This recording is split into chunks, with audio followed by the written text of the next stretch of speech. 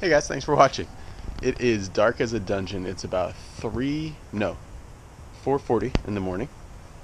I'm here at my house in Long Beach, and I'm waiting for my lift to take, so this is the schedule for today.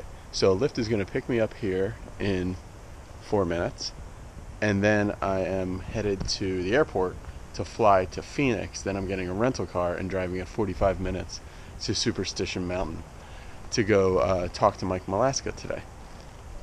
And then tomorrow, I'm going to my swing, the 3D motion capture place, to, I have some certain questions about how the body moves in the swing, and how my body moves in the swing, and also how that can relate to efficiency and smash factor that I want Trey to help me with, Trey, the guy from my swing. And then I have an interview with Alex from Tahatha Golf a few hours after that. And because I messed up my flight, I have to get, I'm be driving a rental car back from Arizona to Long Beach. It was about 5 hours and a half, something like that. I got your questions from Instagram, bb_golf show on Instagram. So I'm going to be asking Mike those questions. All right, I'm going to check my phone and see where the lift guy is. He should be just a minute or two away. It's going to be a long day. Let's start it now. Right there he is. That's him.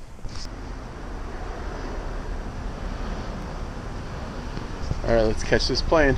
I'm on, by the way. There's a new kind of ticket called Basic Economy, apparently I got, and you can't take anything on.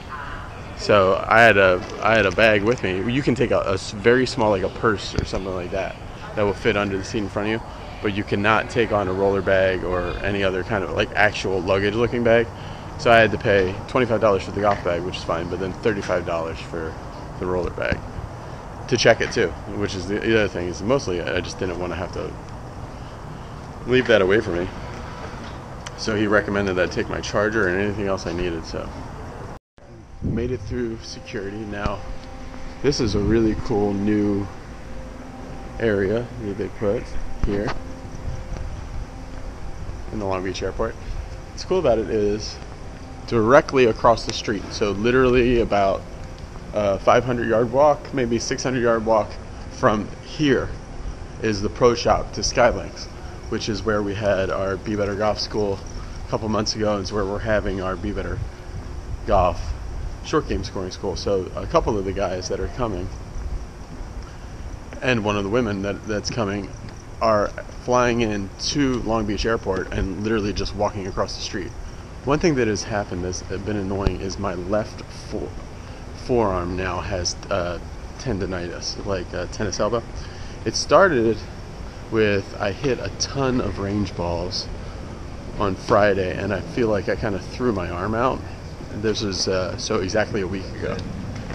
My right arm, I feel like I threw my right arm out a little bit, and I just kept like, I had played golf and then I hit a bucket of balls, and then I didn't like how I hit like the last 10 balls in the bucket, so I got another big bucket of balls, hit all those, and then in the last 10 or so balls of that bucket had some some elbow pain. And then so then the elbow pain went away like in 2 days or something. But then I got then all during the work week I've been really busy, doing my editing job for this sports network, and just all the clicking and everything, I got real bad tennis elbow and like pain in my upper forearm in my right hand.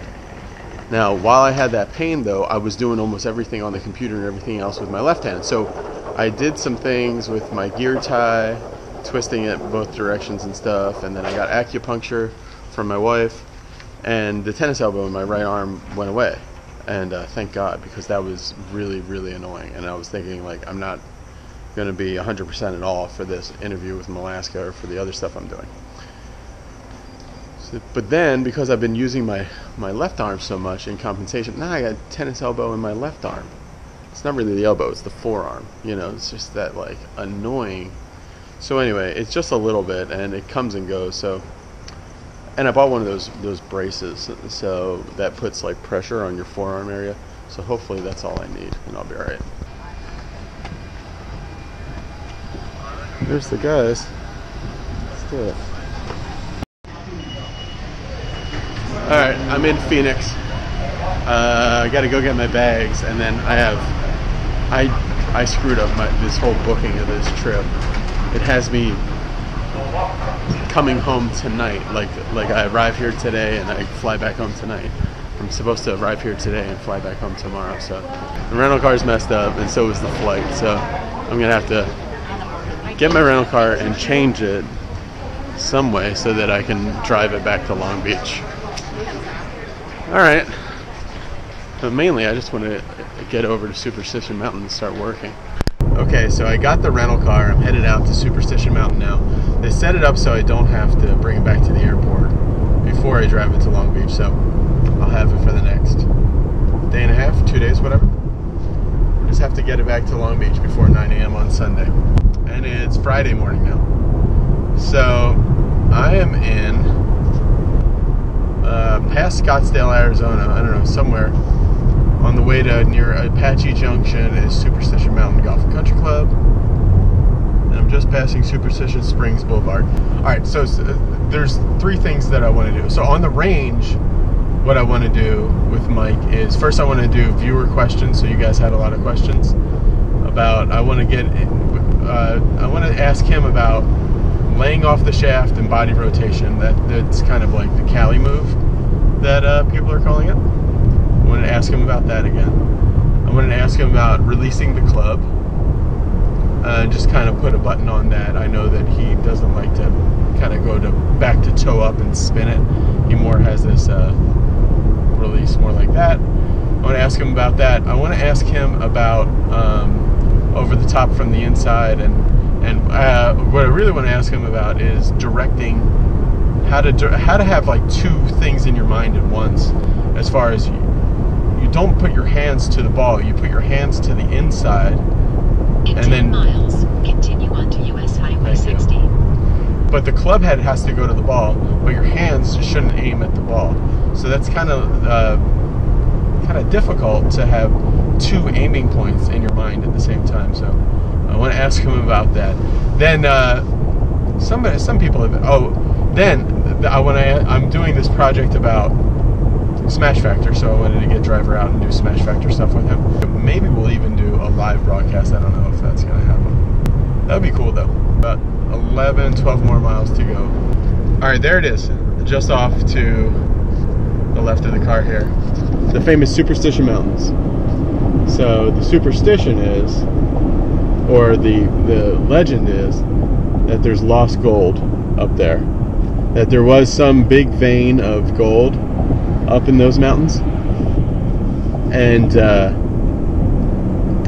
somebody lost it. They went up there, they were digging it out, and then they came off the mountain with all the gold. Then when they went back, it was gone. I don't know if there was a collapse or what, or if it was always just like it might have been a red herring to set other guys onto a gold trail up there, but they never found it. And apparently there's still people going around in there looking for the gold, saying that it's still inside there. I've been thinking recently, come to thinking of treasure, I saw some guy, I forget the name of it, Dalton McCreary. Anyway, so I was looking at his YouTube videos, and I didn't really know what to make of it, because he didn't really give up too much of what he thought as far as the golf swing. Texas guy, seems like a cool dude. I liked a lot of what he had to say, and as far as being a lot more wrist oriented than people, people are afraid of being wristy.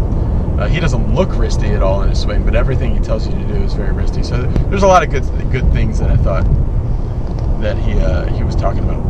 But what I really liked what he said is he always concentrates on one thing, which is hitting straight golf shots. And I was thinking, man, if I could just hit straight golf shots, I mean, what would you give?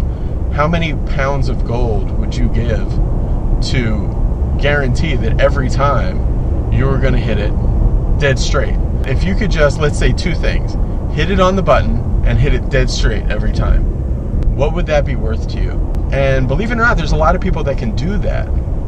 Like, I think about Tom Watson and Fred Couples. Both of them have said that there was a 5 or 7 year stretch where they hit every ball on the button. Sometimes it was a little far, sometimes a little short, because they didn't judge right how far to hit it. Let me see where I'm going. Turn left onto South Yep. Superstition Mountain Drive. They didn't, maybe they miscalculated something, or and maybe it went a little left or a little right, But for the most part, if they calculated the right way and they aligned themselves the right way, they hit the ball generally exactly where they're looking, and it just becomes a putting contest and a par 5 chipping contest. That is, and you see that a lot on the Champions Tour, especially as the courses get a little shorter, and it really just becomes the greening regulation stats and fairways hit stats are unbelievable. So that's really I'm 38 now. I would really love in the next couple years, maybe 5-year plan, to really get where I'm flushing the ball dead straight most of the time, if not very, very high percentage of the time. Right now, hitting a ball flush and dead straight kind of feels like hitting a home run. It feels like when you're at bat and like everything just aligns and you just you flush one and it's a home run, but it's something that happens once in a while. I want to be doing this a lot more like a machine, and that's why but I think I'm on the right path. I think I've really narrowed down the things that matter when it comes to syncing your swing and being able to repeat a motion and what should drive the swing. In 1.5 miles, turn right onto East Club Village Drive. Like everybody, I just got a lot of baggage to get over. Feels actually like a long time. I was here 11 months ago. It feels like a long time since I was here. It is cool looking.